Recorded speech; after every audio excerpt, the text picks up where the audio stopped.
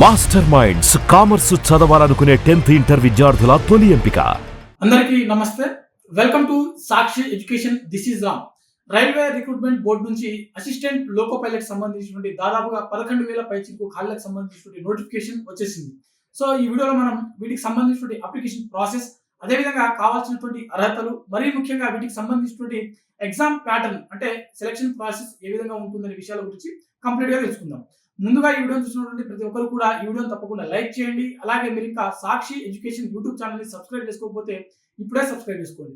అయితే మనకు ఆర్ఆర్బి నుంచి విడుదలైనటువంటి ఏఎల్పి అసిస్టెంట్ లోకో పైలట్ పోస్టులు ఏవైతే ఉంటాయో, ఈ నోటిఫికేషన్ ఏదైతే ఉందో దీని ద్వారా మొత్తం 11,127 ఖాళీలకు సంబంధించిన భర్తీ అనేది జరగనుంది.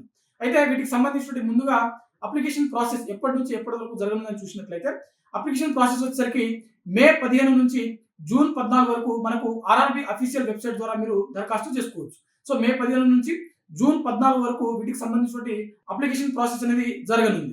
సో ముందుగా వీటికి సంబంధించిన ఎడ్యుకేషన్ క్వాలిఫికేషన్ మరియు ఏజ్ లిమిట్ చూసినట్లయితే ఇక్కడ ఏజ్ లిమిట్ వచ్చేసరికి అభ్యర్థులు ఎవరైతే ఈ పోస్టులో దరఖాస్తు చేసుకుంటారో మినిమం 18 సంవత్సరాలు, మాక్సిమం 30 సంవత్సరాల వరకు వయసు ఉన్నటువంటి అభ్యర్థులు ఈ పోస్టులకు దరఖాస్తు చేసుకోవడానికి అర్హత కలిగి ఉంటారు.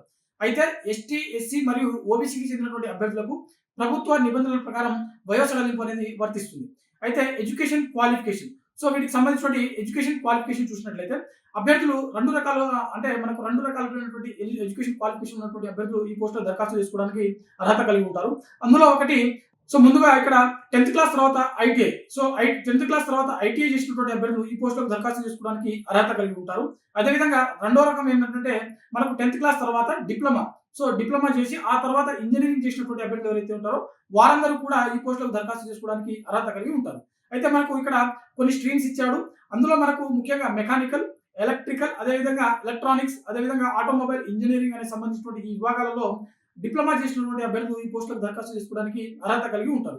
అదేవిధంగా ఐటీఐలో కూడా మనకు సంబంధిత విభాగమైనటువంటి మిల్ రైట్, అదేవిధంగా మెయింటెనెన్స్ సంబంధించిన మెకానిక్స్, అదేవిధంగా ఎలక్ట్రానిక్స్ సంబంధించిన మెకానిక్స్ సంబంధించిన ఏవైతే ఉన్నాయో ఈ విభాగాలలో ఎవరైతే ఐటీఐ చేసినటువంటి అభ్యర్థులు ఉంటారో వారందరూ కూడా ఈ పోస్టులకు దరఖాస్తు చేసుకోవడానికి అర్హత కలిగి ఉంటారు.